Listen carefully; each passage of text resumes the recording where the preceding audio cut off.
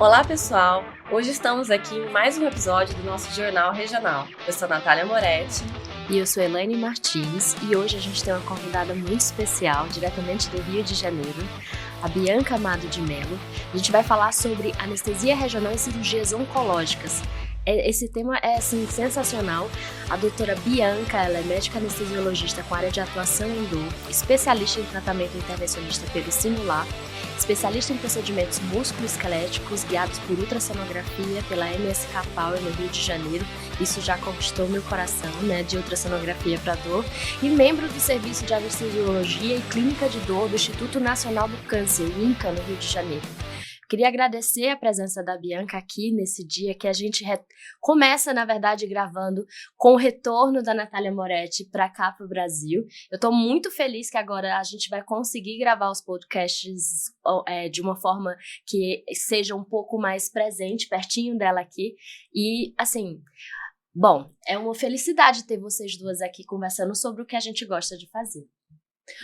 Bom, prazer enorme para mim. Eu agradeço muito pelo convite. Vocês são grandes médicas que me inspiram há muitos anos, né, que nós nos conhecemos, desde mesmo antes do Singular. Já conhecia a Elaine por cursos, a Natália, já trabalho com ela, foi uma grande amiga de pós-graduação e estamos na caminhada até hoje. E eu acho que essa discussão é muito de grande relevância, né, para a comunidade dos anestesiologistas, e espero que seja muito enriquecedora, né, para todos nós. Então, Bianca, a gente vai começar. Eu e Bianca, só queria complementar, eu e Bianca, a gente trabalhamos juntos no INCA como clínicas da dor e anestesistas durante um bom tempo. E era uma grande discussão entre nós, né, anestesia regional, e é uma grande discussão, acho que nacional, sobre o uso de opioide, como poupar opioide, como fazer anestesia opioide-free, e nesse contexto, a anestesia regional, ela entra prevalente. E aí eu vou começar falando sobre um artigo que a gente discutiu, que a tradução dele é opioide, amigo ou inimigo. E essa foi uma revisão, e eles avaliam estudos in vitro, porque esses estudos são todos realizados in vitro. A gente não tem como realizar um estudo opioide, um câncer num paciente, né?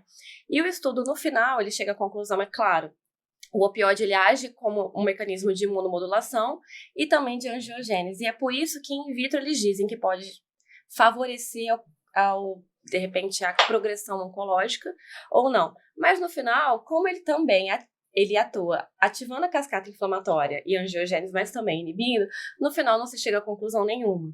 Então a gente de fato não sabe. Porém, o que sabemos é que poupar opioide é extremamente importante para inúmeras coisas. E aí, como que você vê, Bianca, trabalhando no Instituto Nacional do Câncer e sendo a referência de anestesia regional lá, como é que você vê essa questão da anestesia regional?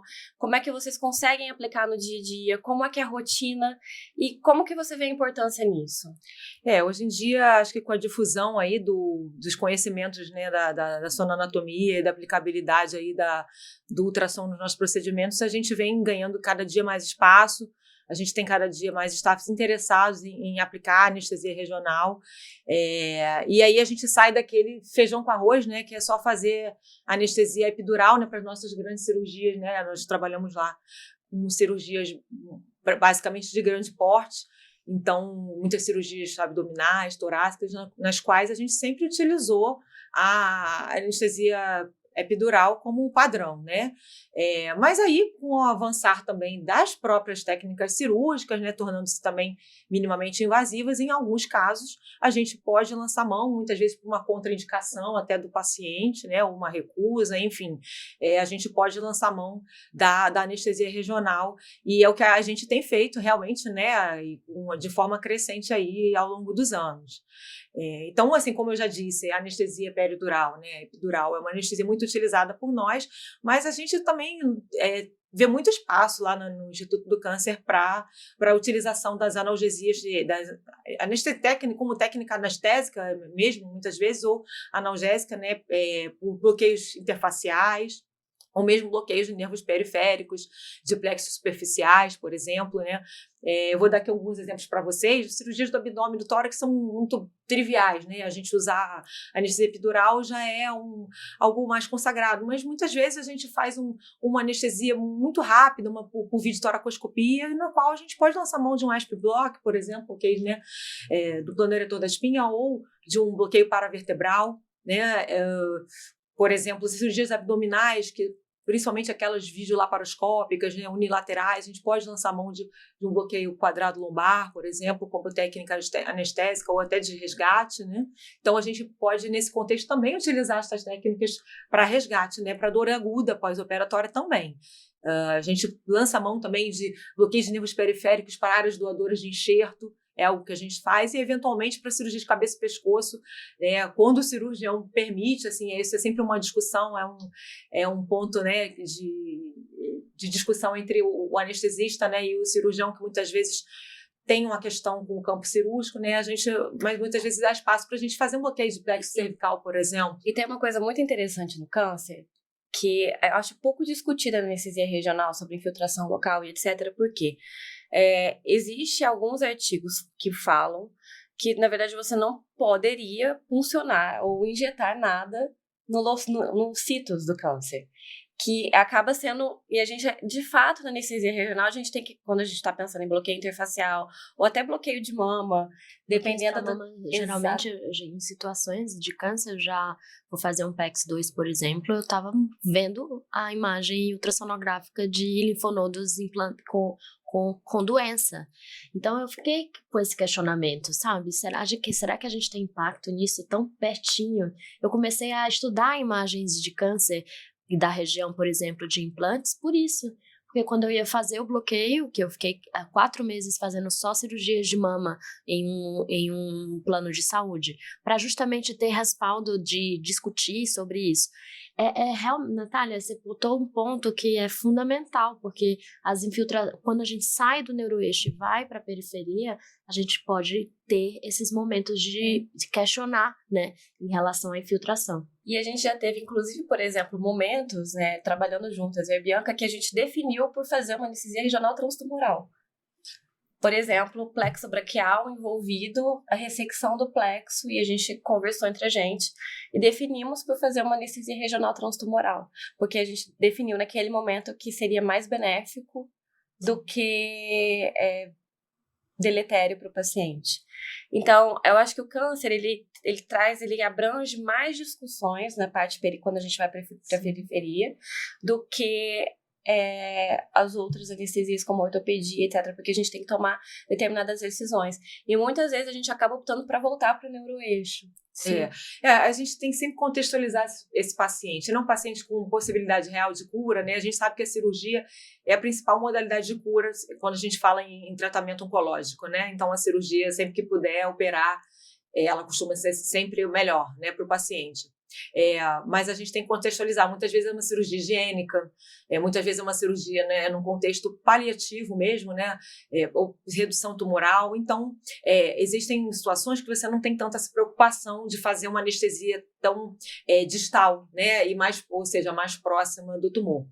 No entanto, né, nas cirurgias realmente curativas, acho que cabe mais a gente ter essa preocupação. A gente se lida muito com pacientes mais caminhando para o final de vida, então, muitas vezes isso não é uma questão para a gente, e a gente briga sim para fazer anestesia regional, a gente transpassa muitas barreiras, muitos pensamentos aí de pessoas que não têm tanto conhecimento, e aí talvez até julgassem, poxa, mas vai fazer, eu tenho um tumor passando ali perto e tal, mas a gente tem que ver o que é botar na balança, né? O que é o melhor para esse paciente, o que a gente pode dar em termos de qualidade de vida, e se a gente puder dar, a gente faz. E falando sobre o impacto, né, da anestesia regional, né, olhando as revisões sistemáticas em termos de fisiologia, né? O que você procura ver, assim, quais são os resultados durante a cirurgia em relação à pressão, liberação de catecolamina, angiogênese, opioid sparing, qual que é a linha de raciocínio para esse sentido? Então, esse é o grande barato. É um grande serviço brasileiro, né? A questão mesmo da preocupação desses fatores para os pacientes, porque, assim, eu acredito, e é até uma pergunta, que as cirurgias lá diferem-se substancialmente nos tipos e complexidades, né? Certo. Então, assim, o raciocínio de vocês em relação a esses fatores que a Nath falou. É claro que a gente sempre pensa na anestesia combinada quando a gente pensa em uma cirurgia oncológica, né? Acho que como qualquer outra hoje em dia, né? Não só mais as ortopédicas, né? Que acho que são mainstream, assim, da anestesia regional, mas as oncológicas também a gente tá todo mundo já pensando sempre em combinar, o que puder combinar, né? E aí, justamente por isso, porque você tem uma série de benefícios, né? Ela entra aí junto com a anestesia multimodal, que já é algo, né, bem consagrado aí para anestesia oncológica, né? Ela entra como anestesia preemptiva, né? Então, é uma analgesia preemptiva, então a gente tem os benefícios disso tudo na resposta endócrino-metabólica, né, ao trauma. As cirurgias, em geral, são muito traumáticas, né, cirurgias oncológicas, então ela entra nesse contexto. Na prevenção de dor aguda, né, então a gente consegue ter uma prevenção de dor aguda com menor demanda de opioide e, em última instância, de dor crônica também, porque, em geral, vem de uma dor aguda que não foi controlada no devido tempo, né? Então, a gente tem esses benefícios e, hoje em dia, a gente, né, acho que a gente pode comentar mais adiante sobre alguns estudos que já existem desde 2006, né, estudos surgindo, inclusive, com relação a desfecho prognóstico de câncer de mama, né? De câncer de mama, isso foi o que abriu aí, inspirou outras pessoas a fazerem outros estudos para outras cirurgias oncológicas, mas o benefício da anestesia regional em oncologia ele vai muito além do intraoperatório. Então, no intraoperatório a gente tem isso. Então, para a gente pontuar, realmente, a redução da resposta endócrino-metabólica ao trauma, né? Ou seja, da hiperglicemia, da liberação de catecolaminas. A gente tem um efeito também na redução da demanda dos anestésicos voláteis ou da própria anestesia venosa total, né, quando se utiliza essa técnica. A gente tem o desfecho no controle de dor, obviamente, e no efeito poupador de opioides, que, sem dúvida, nessa incerteza se o opioide é um vilão ou se é um amigo, a gente tenta poupar. E tenta poupar até pelos para-efeitos do opioide nesse paciente. Então, se a gente entrega uma anestesia regional, como o nome já diz, e a gente poupa o paciente de usar mais medicações narcóticas, né, que vão interferir no sistema nervoso central do paciente e com outros para-efeitos gastrointestinais, na motilidade gastrointestinal, no ilho. Então, a gente deve sim ver onde se encaixa a anestesia regional para aquela cirurgia que a gente se propõe a anestesiar. Uma coisa que eu queria ponderar, que é interessante, o paciente oncológico, eu não sei dizer a porcentagem, mas uma grande porcentagem dos pacientes oncológicos, eles já são pacientes de dor crônica. Sim. Porque muitas vezes eles descobrem... Que usam opioides. E que já usam opioides. Né? Então, ou já usam opioides, ou já tem dor crônica. E muitas vezes a descoberta, né, do câncer foi exatamente pelo contexto de dor. Então, as cirurgias oncológicas, principalmente na inalação de muitas vezes, é claro que tem cirurgias menores, mas em sua grande maioria são cirurgias com grandes ressecções anatômicas e que uma injeção única não é suficiente para garantir a analgesia daquele paciente. Então, é um paciente que demanda, porque não são ressecções pequenas, ou atirei ali um pequeno linfonodo, então a anestesia regional acaba e a injúria continua. Como é que vocês fazem? Exatamente. Nath, eu estava pensando aqui uma pergunta em relação a uma dúvida minha de como que eu acho que vocês duas acabaram fazendo medicina da dor no mesmo lugar, né? Então a pergunta é, a anestesia regional para aquele estímulo cirúrgico é importante, mas o que vocês fazem para esses pacientes de grande porte para conseguir proporcionar qualidade de assistência durante o intra-hospitalar? Né? Qual em relação à parte mesmo de catéteres, a importância de um serviço de dor nessa situação? É muito importante ter esse cuidado pós, de acordo com o que você tem de experiência? Sim, é importante. Muitas vezes, como eu faço parte também da clínica da dor lá no INCA, nós somos chamados para fazer um tratamento de resgate nos pacientes que eventualmente não saem bem.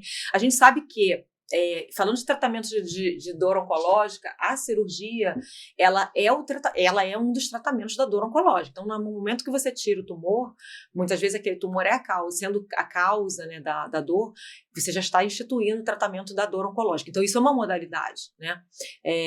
Só que, assim, ao mesmo tempo que você tira aquele estímulo, você ganha um estímulo de dor incisional ali, dor do sítio cirúrgico. Então, o paciente minimamente vai sair daquela situação com uma dor aguda pós-operatória. Então, a gente sabe, mas também, por outro lado, a gente sabe que a dor aguda pós-operatória, ela tem dia e hora para acabar. Ela tem uma evolução natural. A fisiopatologia, né? A fisiopatologia. A gente sabe que o estímulo ele tende a diminuir, então é diferente de um paciente com dor crônica em si. Exatamente. Então, a gente, obviamente, se programa para isso. E a maioria dos pacientes, vão bem. Os pacientes que estão mesmo em anestesia epidural vão continuar com seus catéteres. E aqueles que não, muitas vezes a gente faz um alinhamento com a equipe de cirurgia, com os residentes da cirurgia oncológica, enfim, de um alinhamento de prescrição. Né? Mas às vezes isso não dá conta. E aí a gente precisa realmente intervir e entrar e às vezes repassar um catéter, eventualmente passar um catéter de nervo, né? Quando o paciente, às vezes é um paciente até de dor crônica que é submetido a uma cirurgia, ou seja, o paciente já tem um background, um passado de dor, então ele tem uma predisposição a desenvolver uma dor aguda de difícil controle.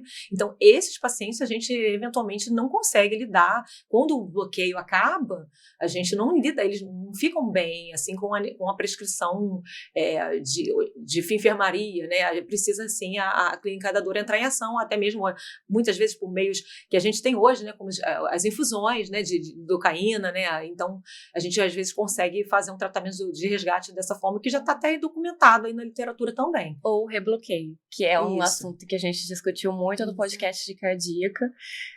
Infusões de medicações ou rebloqueio. E é por isso que é tão importante um serviço de dor aguda ativo, né, Elaine? Demais, é indicador de qualidade de assistência hospitalar hoje em dia. E a gente precisa, inclusive, ter mais evidências disso, do que a gente percebe assim, se eu fosse operar, gente, em uma situação que fosse uma cirurgia de grande porte, a primeira coisa que eu ia perguntar era se existe um cuidado pós-operatório de dor aguda. Porque isso, para mim... Mas será que é só para mim? Tem trabalhos, né, falando sobre a importância disso, e a gente tem que ter respaldo de literatura para essa percepção geral de melhor assistência e indicadores, né, Nath? Sim, eu acho que é algo que a gente tem que desconstruir também, que, por exemplo, a gente está inserido num contexto de hospitalar que existe um serviço de dor. Mas eu acho que o tratamento da dor aguda, eu acho que só para enfatizar aqui, parece muito óbvio, mas acaba que isso não é o que a gente vê exatamente, é que a dor aguda ela não precisa ser tratada pelo serviço de dor. Né? Ela deve ser tratada pelo anestesiologista, por qualquer um que minimamente tem alguma proficiência em fazer algum bloqueio, né? Em fazer os bloqueios, né? Fazer anestesia regional. Então, é algo que não tem que ser delegado somente para o serviço de clínica da dor. O anestesista é capaz, pode e deve, sim, tratar esses pacientes, resgatar esses pacientes, ir na beira do leito e resgatar, fazer um tratamento de resgate, rebloqueando esses pacientes. Por que não, né? Agora, eu vou fazer uma pergunta, talvez polêmica. Adoro. Porque eu fiz a pós-graduação em dor, né? E eu percebo uma diferença clara na minha avaliação de dor. E eu hoje posso dizer com segurança que a minha residência de anestesia não foi capaz de me prover informações suficientes para avaliar a dor. Eu tenho certeza disso. E mesmo depois, trabalhando e estudando, eu também não consegui encontrar ali Claro, gente, eu sou antiga. Então, isso tem bastante tempo, eu não tinha tanta informação disponível. Então, eu não consegui ferramenta, assim, para entender uma avaliação adequada de dor pós-operatório, entender se aquela dor era nociceptiva ou neuropática, entender a real causa, entender se tinha coisas associadas como catastrofização, porque isso tudo, mesmo na dor aguda, ela obviamente impactam. A gente tem vários artigos mostrando que a ansiedade a relação entre ansiedade e dor aguda. E eu tenho assim... E cronificação da dor. Tem um trabalho muito bacana, Nath, desculpa, mas eu lembrei agora, tem um trabalho muito bacana do Brigham Women lá de Harvard, falando, porque eles estudam muito a parte de dor oncológica de câncer de mama. E tem um trabalho falando o seguinte, que quais os fatores que influenciam essa paciente? Será que a gente tem tanta ação na diminuição da dor crônica, né, em relação a isso?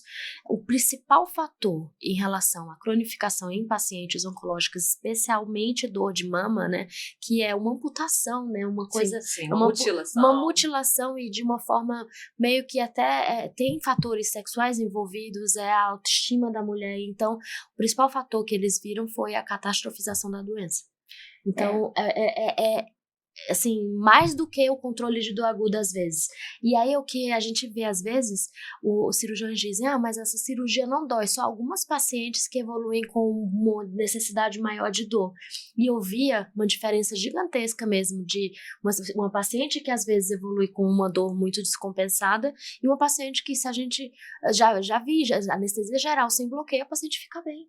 Então, essa variação, o fator é a catastrofização. Sim, há trabalhos, né? Um tempo atrás eu fiz uma pesquisa sobre uma aula que eu ia dar sobre dor neuropática pós-cirúrgica, e aí levantei alguns trabalhos, e foi visto que a falta de comunicação, né, a falta de explicação para o paciente dos possíveis cenários de pós-operatório influencia o desfecho, né, de dor aguda pós-operatória. Então, por exemplo, o paciente que não é alertado para a possibilidade dele ter dor pós-operatória, da dor dele se arrastar um pouquinho mais, e inclusive, né, a paciente que não é explicada sobre a paciente não, ou paciente, porque tem casos também de câncer de mama, sabemos que tem câncer de mama masculino, né, menos de 1%, mas existe. Sim. Então, principalmente no serviço como INCA, né? Principalmente no serviço como INCA, exato, e quando esse paciente não é alertado para a possibilidade de um cenário no qual ele desenvolve dor crônica pós-mastectomia, aquilo é uma grande surpresa.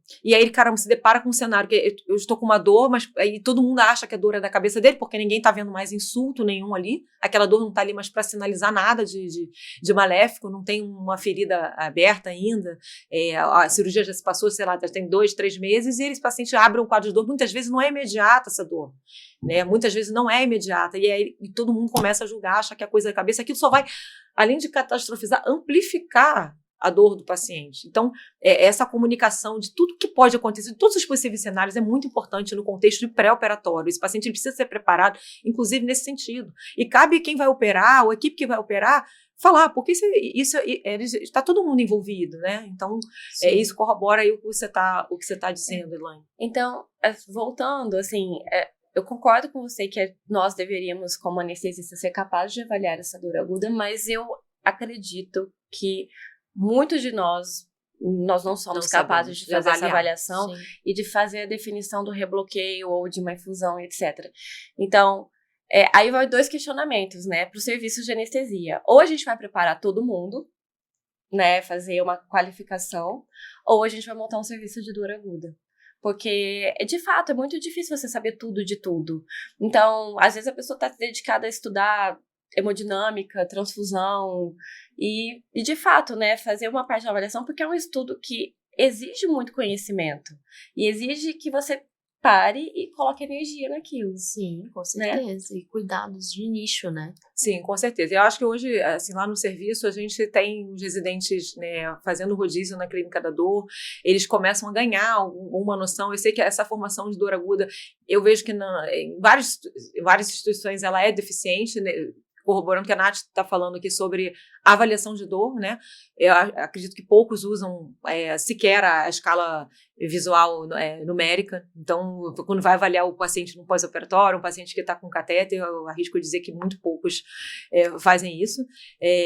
Mas eu acho que essa crescente aí essa expansão aí da medicina da dor e os hospitais disponibilizando esse serviço, os residentes tendo a oportunidade de participar de um rodízio, eles acabam ganhando mais alguma expertise, né, em avaliar, por exemplo, que tipo de dor, se o paciente está realmente catastrofizando, ou se é uma dor neuropática e aguda, né, pós-cirúrgica. Então, muitas vezes não é relacionada exatamente à cirurgia, um garrote, por exemplo, outras coisas, mas isso faz tudo diferença no como você vai tratar essa dor. Ou até o mais importante, de saber assim, a partir daqui eu não vou mais, eu vou chamar alguém. Sim. O treinamento em relação à dor, ok, mas Anestesia regional, vocês exigem, por exemplo, que até nas contratações, ou então, como vocês fazem a capacitação de anestesistas, não de residentes em si? Saber anestesia regional implica no trabalho do dia a dia em relação a cirurgias oncológicas no time? O que é que você acha? Assim, é uma coisa que a gente não tem essa disponibilidade no serviço, essa disponibilidade de aprendizado, né? Seria o ideal, o mundo ideal seria ofertar cursos, né, capacitação para os funcionários, né, da instituição. A maioria de nós somos estatutários, somos concursados ali, estamos há muitos anos. Sim. Então, ao longo dos anos, a gente tem quebrado paradigmas em relação à realização de anestesia regional. Então, isso é uma coisa que está evoluindo. Então, é uma coisa que a gente não pode cobrar, a gente não tem isso como pré-requisito, por outro lado, para as contratações hoje, tá? Até então, não é algo que não possa ser daqui para frente, né? Por que não? Devido à importância. Né? Mas o que a gente procura fazer é não prejudicar nunca o paciente. Assim, é um time muito bacana, assim, no nosso serviço, e a gente sempre... Ajuda. Se um não sabe, a gente se complementa, entendeu? Se um tem uma dificuldade em fazer aquilo, chama o outro, a gente vai lá na sala, volta, continua fazendo o seu trabalho, mas em momento algum a gente deixa o paciente descoberto, né, daquela possibilidade que vai trazer um grande benefício para ele em termos de analgesia. Não é por isso, não é por o não saber ou um staff ser menos proficiente que o outro, que o paciente vai se prejudicar. E isso é o bacana. Já que a gente não tem esse modelo de contratação, de pré-requisito, ou de capacitação de quem já está lá e quer aprender também, mas por circunstâncias da vida tem uma dificuldade a mais, a gente procura oferecer e se ajudar. Se ajudar é ajudar o paciente em última análise. É fundamental, e eu acho que o que você traz é uma realidade de bom serviço, todo mundo crescer junto, até motivador você ir para um serviço que você sabe que se você não souber uma técnica, porque a gente não sabe tudo, mas se a gente souber uma técnica, existe alguém que vai poder te ajudar e você dá uma olhadinha ali, aprende e vai construindo um time junto de aprendizado, né? Isso. E eu acho que por trabalhar com a residência médica, né, aproveitando o gancho aqui, que vai ter um podcast aí sobre a residência médica, os residentes são muitos entusiastas da anestesia regional, então muitas vezes eles pesquisam algo novo e pedem para fazer. E aí eu falo, você deu a técnica, você sabe descrever a sua anatomia, então você pode fazer. E eu super apoio, assim, e eu já tive bons resultados. E eu acho que isso é muito inspirador pra gente, sabe? É uma troca que a gente tem com eles, porque em muitos assuntos eles estão mais up-to-date do que eu. Então, assim, sabe, quem sou eu na fila do pão para dizer que não? Se ele me vem com algo novo, eu nunca ouvi falar nesse, mas já tem uns casos e tal, é um bloqueio de facial, me faz sentido, anatomicamente faz sentido. Por que não a gente aplicar se o paciente tem uma contraindicação a algo que é aquele mainstream, mas ele não pode ser feito? Por que não, né? O que eu acho interessante da anestesia regional oncológica é que ela traz muitos desafios, né? Primeiro, anatômicos. A gente precisa pensar muito e ter um conhecimento muito profundo de anatomia e inervação para, às vezes, fazer uma escolha. Né, a anestesia oncológica, ela precisa um estudo prévio, né? De um estudo prévio, muitas vezes anatômico, a imagem.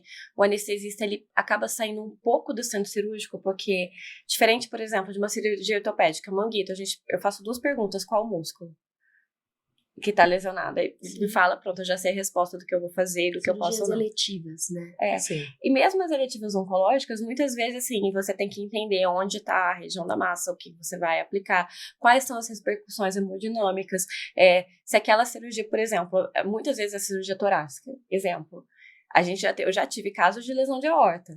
Então, assim, e como estava muito próximo da aorta, eu não passei o catéter paradural. Sim. Eu falei, ele vai ressecar ali, vamos fazer outra coisa antes, depois a gente define o que vai fazer. Então, exige uma linha de raciocínio do começo e um planejamento muito grande. Sim. E para isso é muito importante a comunicação com a equipe cirúrgica, né? Exato. A equipe cirúrgica tem que chegar junto nessa hora, a gente dividir algumas questões, e às vezes dividir a sua angústia também como anestesista. Caramba, se eu passar um catéter, pode acontecer isso, assim, assado, mas se eu não passar isso. E muitas vezes é muito confortante quando a resposta às vezes vem do cirurgião. Fala, olha, porque muitas vezes vem de forma muito clara, olha, faz isso, porque ele também ele é experiente. no que ele faz. Às vezes faz aquilo não só ali na instituição, faz fora, tem a experiência deles. Eu respeito muito o que eles trazem para mim. Se o cirurgião fala como anestesia, entuba o paciente, é um muito bom paciente. Você fala, passa um catéter, porque vai doer, porque vai isso, vai aquilo. Ele vai fazer por mais que a cirurgia seja minimamente invasiva, se ele falou, passa o catéter, porque esse paciente é assim, esse é assado, a gente tem que individualizar e respeitar aquele que conhece o paciente há mais tempo que a gente também. Então, eu acho que a gente, a todo tempo a gente tem que individualizar, mas sempre, se possível, se respaldar nas evidências que a gente tem também. Haja visto as evidências até de recorrência tumoral, não são robustas, mas a gente tem. Então, a gente tem elas são in vitro. Né? São estudos retrospectivos, mas a gente tem, inclusive, evidências de desfecho. Então, se a gente não pode abrir mão de passar um cateter epidural em alguns cânceres, por exemplo, de coloretais, cânceres de próstata, porque a gente sabe que aquilo implica a recorrência do câncer. Quer dizer, tem grande chance daquilo implicar, embora os estudos sejam retrospectivos. Mas... Isso é muito interessante, o cateter peridural, porque... Na anestesia oncológica, a peridural ela ainda é uma anestesia extremamente importante, né? Pelo Sim, com certeza. E é muito... Em mim, uma peri, por favor. E é muito interessante que quando a gente fala do intraoperatório, uma ressecção de alça, a gente tem que tomar muito cuidado com injeção de anestésico nesse momento. Porque quando o cirurgião está ressecando a alça e a gente faz uma peridural, o que a peridural faz? Bloqueio simpático. Quando você bloqueia o simpático, o que você faz? Você aumenta o parasimpático. E aí você aumenta a peristalse. E isso atrapalha o cirurgião a fazer ressecções, principalmente no robô. Né? Você atrapalha o campo cirúrgico. Então, a gente tem que ponderar muito. A gente tem que dar a condição. Tem que dar a condição do cirurgião operar. A gente promove o campo cirúrgico. E eu acho isso muito importante porque muitas vezes eu falava isso para os residentes, eles não tinham muito essa perspectiva. Eu estou promovendo assim, você tem que dar condições. Infelizmente, nós como anestesistas, nós somos coadjuvantes nesse cenário.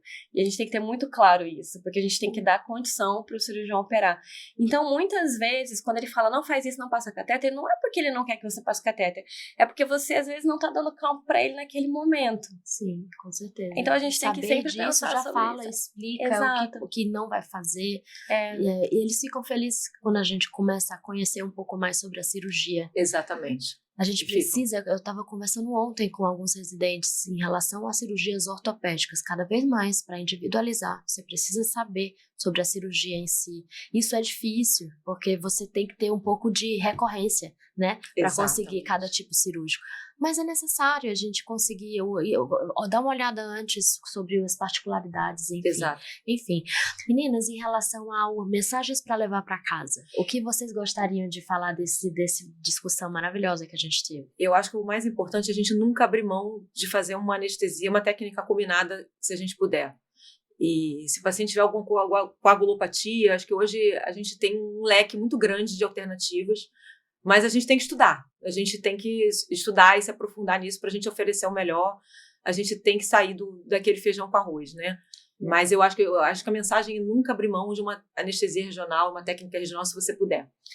Em termos de fisiologia, né, a gente já sabe que a anestesia regional impacta em liberação de interleucinas inflamatórias, impacta na tolerância, impacta no opioide. Então, a gente não só tem uma resposta endócrino-metabólica ao trauma minimizada, impedindo uma hiperglicemia no pós-operatório, a cicatrização. Então, entendendo que a dor atrapalha o desfecho cirúrgico também com essas repercussões, e além, obviamente, de poupar o opioide, não pela recorrência do câncer, porque os estudos são in vitro, a gente não pode dizer nem que sim nem que não, mas pela questão da qualidade do que a gente está fazendo. Sim, experiência do paciente, né? Então, queria agradecer a presença das duas agora ao vivo, né, Nath? Exato. Nossa, demorou, mas voltou. Exato, e é um episódio histórico, né? Porque Exato. É a primeira vez da gente gravar agora, assim, presencial é muito importante também, da gente conseguir até, a discussão eu senti que a discussão ficou mais fluida, mais calorosa, né? Porque muito. Longe com as tecnologias, assim, é diferente. Obrigada, Bianca. Eu que agradeço, foi uma honra enorme estar presente aqui. Vocês são pessoas que eu admiro demais e sempre aprendendo aí com vocês e vamos para as próximas, né? Vamos em frente. Obrigada. Boa sorte aí na nossa empreitada da Jornal Regional. Obrigada. Obrigada. Foi ótimo. Acho que não vai precisar nem editar. Uma pouca edição, né? Foi fluido.